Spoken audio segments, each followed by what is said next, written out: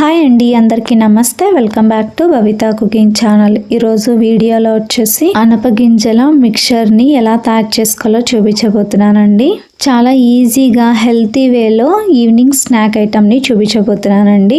చాలా ఈజీగా తయారు చేసుకోవచ్చండి. చిన్నపిల్లలైతే ప్రతి ఒక్కరు చాలా ఇష్టంగా తింటారండి ఈ స్నాక్ రెసిపీని. హెల్త్ కూడా చాలా మంచిదండి. అనపగింజలు, పల్లీలు, ఎండు కొబ్బరి, కాజు ఇవన్నీ కూడా హెల్త్కి చాలా మంచిది కదండి. చిన్నపిల్లలకు హెల్తీగా మనం స్నాక్స్ని ఇవ్వచ్చండి. మరి ఇక ఈ అనపగింజల మిక్చర్ని ఎలా తయారు చేసుకోవాలో చూద్దాం రండి. ముందుగా 2 కేజీల పచ్చి అనపగింజలను అయితే తీసుకున్నానండి. వీటిని నిండుగా నీళ్ళను పోసి కనీసం అంటే 2 లేదా 3 గంటల సేపు పూర్తిగా నాననివ్వండి.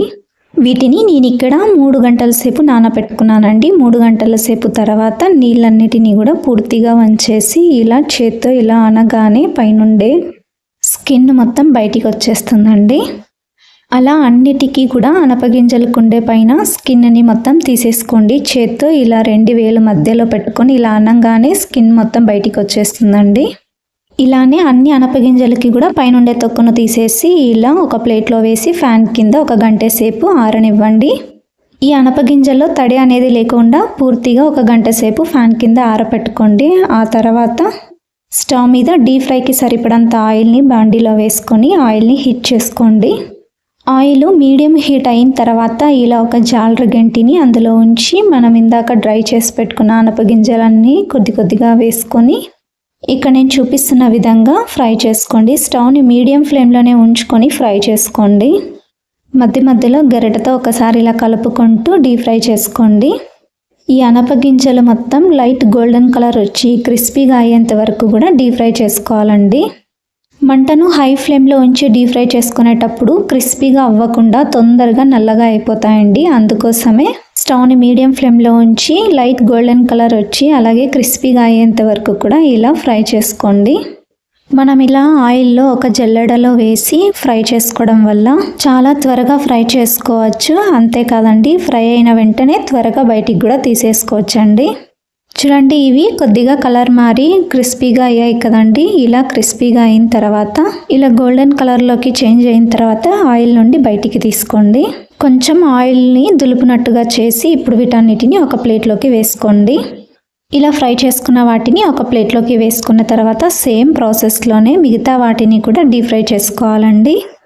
ఆయిల్లోకి జల్లెడని ఉంచి అందులోకి కొద్దిగా ఇలా అనపగింజల్ని వేసుకొని ఇక్కడ నేను చూపిస్తున్న విధంగా డీప్ ఫ్రై చేసి పక్కన ఉంచుకోండి.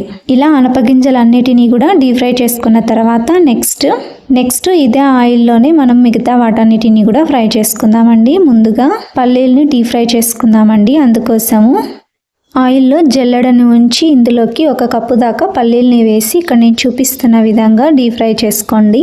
స్టవ్ని మీడియం ఫ్లేమ్లో ఉంచుకొని వీటిని డీప్ ఫ్రై చేసుకోవాలండి. చూడండి, ఇవి కొంచెం కలర్ చేంజ్ అయిన తర్వాత వెంటనే ఆయిల్ నుండి బయటికి తీసుకోవాలండి. చూడండి, పల్లీలు మొత్తం కూడా కలర్ చేంజ్ అయిన తర్వాత ఇలా ఆయిల్ దులుపునట్టుగా దులిపి ఈ పల్లీల్ని మొత్తం కూడా ఒక ప్లేట్లోకి వేసుకోండి. నేను ఇక్కడ మరొక కప్పు పల్లీల్ని కూడా డీప్ ఫ్రై చేసుకొని వేసుకుంటున్నానండి. మీరు మీ క్వాంటిటీని బట్టి పల్లీల్ని తీసుకోండి. టోటల్గా నేను ఇక్కడ 2 కప్పుల దాకా పల్లీల్ని వేయించి దీంట్లోకి వేసుకున్నాను. ఇదే విధంగా జల్లెడను పెట్టి 1 కప్పు దాకా పుట్నాల పప్పును వేసి ఒక 2 నిమిషాల పాటు కలుపుకుంటూ ఫ్రై చేసుకోండి. పుట్నాల పప్పును ఎక్కువగా ఫ్రై చేసుకోవాల్సిన అవసరం లేదండి. 2 నిమిషాల పాటు ఇలా కలుపుకుంటూ ఫ్రై చేసుకొని వీటిని కూడా పక్కన ప్లేట్లోకి వేసుకోండి. నెక్స్ట్ ఇదే విధంగా 1 కప్పు దాకా కాజుని కూడా సేమ్ ప్రాసెస్లోనే డీప్ ఫ్రై చేసుకొని ప్లేట్లోకి వేసుకోవాలండి. కాజుని వేయించుకునేటప్పుడు కూడా స్టవ్ని లో ఫ్లేమ్లోనే ఉంచుకొని కాజును వేయించుకోండి.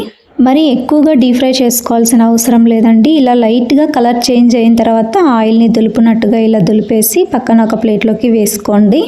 మీరు కావాలనుకుంటే మరొక కప్పు కూడా కాజుని డీప్ ఫ్రై చేసుకొని పక్కన ఒక ప్లేట్లోకి వేసుకోవచ్చండి. మీ క్వాంటిటీని బట్టి డీప్ ఫ్రై చేసుకోండి. 1/2 కప్పు దాకా ఎండు కొబ్బరి ముక్కల్ని కూడా వేసుకొని లైట్ గోల్డెన్ కలర్ వచ్చేంత వరకు కూడా ఇలా కలుపుకుంటూ డీప్ ఫ్రై చేసుకోండి. అన్నిటినీ కూడా మీరు మీ క్వాంటిటీని బట్టి డీప్ ఫ్రై చేసుకోండి. చూడండి, ఈ కలర్లోకి చేంజ్ అయిన తర్వాత వీటిని కూడా పక్కన ఒక ప్లేట్లోకి వేసుకోండి. నెక్స్ట్ మనము అటుకుల్ని డీప్ ఫ్రై చేసుకుందామండి. అందుకోసము ఆయిల్ ఎక్కువగా హీట్లోనే ఉండాలండి. అందుకోసమే స్టవ్ని హై ఫ్లేమ్లో ఉంచి 1/2 కప్పు దాకా అటుకుల్ని వేసుకోండి. ఇక్కడ నేను తీసుకున్న వచ్చేసి గట్టి అటుకులండి. ఇలా అటుకుల్ని వేసిన వెంటనే ఆయిల్ నుండి ఇలా బయటికి తీసేయండి. స్టవ్ని హై ఫ్లేమ్లో ఉంచుకొని అటుకుల్ని మనం డీప్ ఫ్రై చేసుకోవాలండి. అలా అయితేనే బాగా పొంగుతాయండి. అటుకులు అనేవి గట్టిగా రాకుండా చాలా క్రిస్పీగా వస్తాయండి. ఆ తర్వాత ఎక్స్ట్రా ఆయిల్ని మొత్తం బాగా దులిపేసి ఒక ప్లేట్లోకి ట్రాన్స్ఫర్ చేసుకోండి. సేమ్ ప్రాసెస్లోనే మిగతా అటుకుల్ని కూడా ఇలా కొద్దిగా డీప్ ఫ్రై చేసుకొని ప్లేట్లో వేసుకోండి. అలాగే ఒక కప్పు దాకా కరివేపాకును కూడా తీసుకొని బాగా ఫ్రై చేసుకోండి. కరివేపాకు కూడా క్రిస్పీగా అయ్యేంత వరకు కూడా ఫ్రై చేసుకోండి.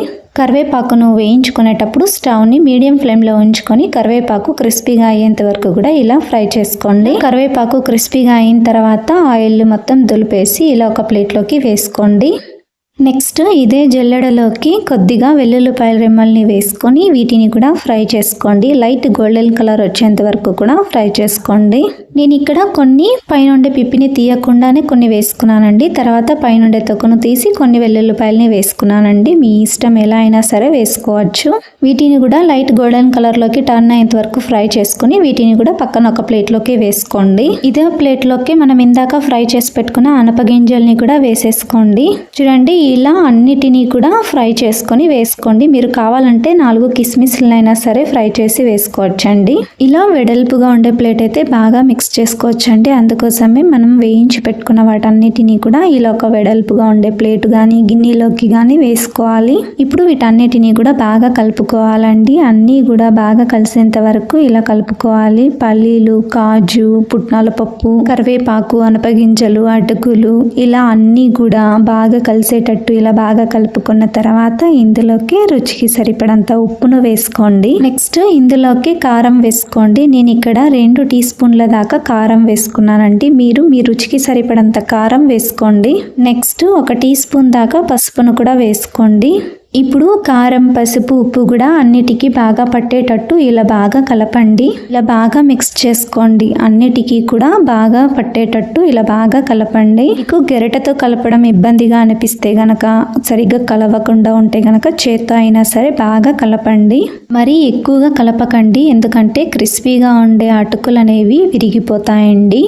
అటుకులు అనేవి విరిగిపోకోకుండా ఇలా నిదానంగా బాగా కలపండి. ఇలా మనం వేసుకున్న కారం, పసుపు, ఉప్పు కూడా అటుకులకి బాగా పట్టేటట్టు ఇలా బాగా కలుపుకున్న తర్వాత ఇప్పుడు మనం కొద్దిగా మిక్చర్ని టేస్ట్ చేసి ఉప్పు అలాగే కారాన్ని కూడా టేస్ట్కి సరిపడగా అడ్జస్ట్ చేసుకొని మరి కాస్త వేసుకొని ఇలా కాస్త మిక్స్ చేసుకుంటే సరిపోతుందండి. నేను టేస్ట్ చేసిన తర్వాత ఇందులోకి కాస్త ఉప్పు అనేది తక్కువ పడిందండి. అందుకోసమే కొద్దిగా ఉప్పును వేసుకొని బాగా మిక్స్ చేసుకోండి. ఇలా మీ రుచికి సరిపడంత ఉప్పు, కారాన్ని కూడా అడ్జస్ట్ చేసుకొని వేసుకున్న తర్వాత ఇలా బాగా కలపండి. మీరు కావాలనుకుంటే ఇందులోకి 1 టీ స్పూన్ దాకా పంచదారను కూడా వేసుకొని కలుపుకోవచ్చండి. పంచదారని అటుకుల్లోకి వేసుకుంటే చాలా రుచిగా ఉంటుందండి. ఒకసారి ట్రై చేయండి. అంతే, ఎంతో హెల్తీ అయిన అనపగింజల పోహా మిక్చర్ రెడీ అండి. తప్పకుండా మీరు కూడా ఇంట్లో ఈ మిక్చర్ని ట్రై చేయండి. మీకు ఎలా వచ్చిందో కింద కామెంట్ సెక్షన్లో కామెంట్ చేయండి. అలాగే లైక్ చేయండి, షేర్ చేయండి, సబ్స్క్రైబ్ చేయండి. Thank you for watching video.